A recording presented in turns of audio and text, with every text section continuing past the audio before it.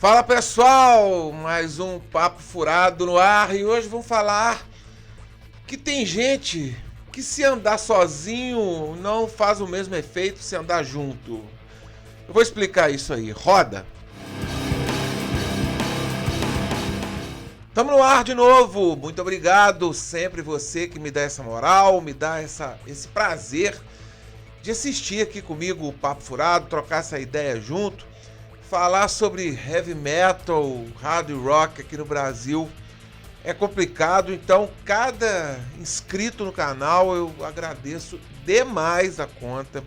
Eu costumo dizer, nem que se eu tivesse um horário nobre na Rede Globo, eu conseguiria ter muita visualização, mas eu não estou muito atrás disso não, eu estou atrás de público fiel. Você, os poucos que se inscrevem, estão inscritos no canal, mas me dão essa moral sempre aí. E você que pela primeira vez está assistindo um vídeo meu ou ainda não é inscrito, se inscreve aí no canal, aperta o sininho e vamos lá, também tem a possibilidade de ouvir no Spotify. Então, vim aqui com a camisa do Kiss, eles estão aqui todos juntos, essa formação aqui mais longínqua, né, mais duradoura do Kiss. Acabou que a formação clássica dos anos 70, ela não é a mais duradoura, essa daqui sim, que tá o Gene Simmons, o Paul Stanley, o Eric Singer e o Tommy Kayer. Então aqui os quatro juntos, né? O que eu quero dizer é que eles funcionam melhor juntos do que separados. Vou explicar melhor. Olha só, ali no ano de 1978, principalmente o Ace Frehley quis sair da banda e achando que teria um sucesso, ele estava fazendo mais sucesso do que o Kiss.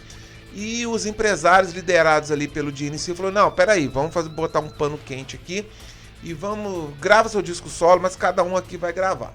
Eu já falei muito sobre esse assunto quando eu falei pormenores dos 4 discos solos do Kiss de 1978, que para mim foi o maior projeto da música até então. Então eu venho aqui fazer esse seguinte questionamento. Claro que há muitos artistas que funcionaram muito bem na carreira solo. Talvez o mais exitoso de todos seja o Ozzy, que fez muito sucesso ali no Black Sabbath, e a carreira solo dele aí foi ainda de mais sucesso. Tem o Ronnie James Dio, o próprio David Coverdale, né? Que a carreira solo dele é o Whitesnake, mas né, tem só o nome ali de Whitesnake. É um David Coverdale solo. Então agora eu vou discorrer um pouco mais sobre os 2 discos solo que o baixista e um dos vocalistas do Kiss, um dos pilares do Kiss, ele e o Paul Stanley, né, são ali. Eu acho que eles fazem um bom contraponto. O Paul tem aquela imagem mais hard rock e o Gene mais pesado, do Demon. Tanto é que ele tem aquela voz, o Gene tem aquela voz muito carregada, muito pesada. E diga-se de passagem, a voz do Gene se mantém intacta até hoje, enquanto a do Paul teve sérios sinais de desgaste. Eu venho aqui fazer essa reflexão porque o Gene compôs tanta música boa pro Kiss, tanta música legal, que entraram definitivamente para a história do rock, e quando ele está sozinho, digamos assim, isso não aconteceu. Para nós fãs do Kiss isso é muito bom, porque parece que ele reuniu todo o talento, toda a inspiração dele para fazer músicas sensacionais pro Kiss.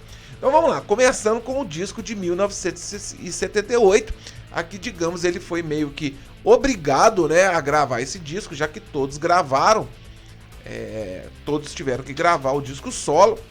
Essa é uma versão americana, muito legal, e é um disco, eu tô até dando uma rateada aqui, o que eu vou dizer desse disco, cara? Você vê que o cara é tão carismático que pra mim é o pior de longe dos 4, mas foi o disco que mais vendeu, cara. Você vê como que o nosso linguarudo aqui tinha cartaz, tinha sucesso, tinha moral. Eu acho que foi um disco que o Gene não levou ele muito a sério, cara. É um disco que tem muitos convidados, ele não tem um peso, ele não é um disco pesado. Para começar, o Gene não toca baixo, ele toca guitarra. Uma das convidadas que fez backing vocals aqui é a cantora Cher, que na época o Gene mantinha lá um romance com ela. Para completar essa bagunça que eu considero esse disco, o disco finaliza com uma trilha sonora do filme Pinóquio, que o Gene diz que marcou a sua infância. Ele só colocou a voz lá na faixa e ficou muito estranho, cara. Aquela faixa infantil com aquela voz pesada do Gene.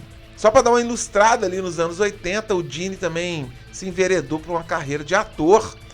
Também não fez muito sucesso. E ficou evidenciado ali que ele já tinha uma calvície na época, né?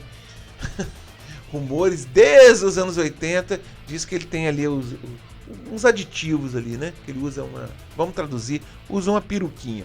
E depois ali nos anos 2000 para frente eles assumiram a peruquinha. Tranquilo, sem problema nenhum.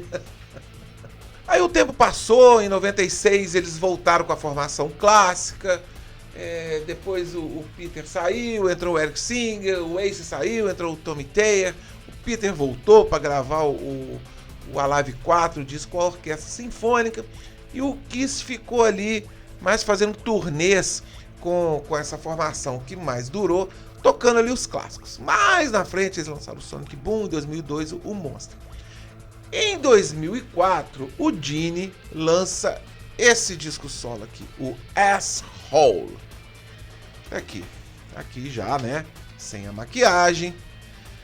E o disco segue basicamente a mesma linha de bagunça do álbum de 1978.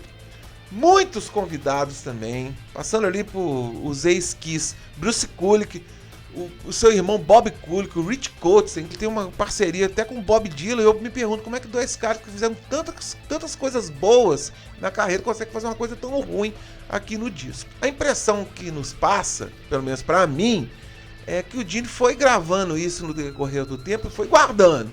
Aí quando ele viu que dava, né, dá pra juntar agora tudo num disco, ele soltou. A gente pode até acusar o Gene de que não tenha feito um bom trabalho, mas a gente não pode dizer que o cara não é eclético, que parece que tem de tudo aqui nesse disco, cara. É uma salada muito doida.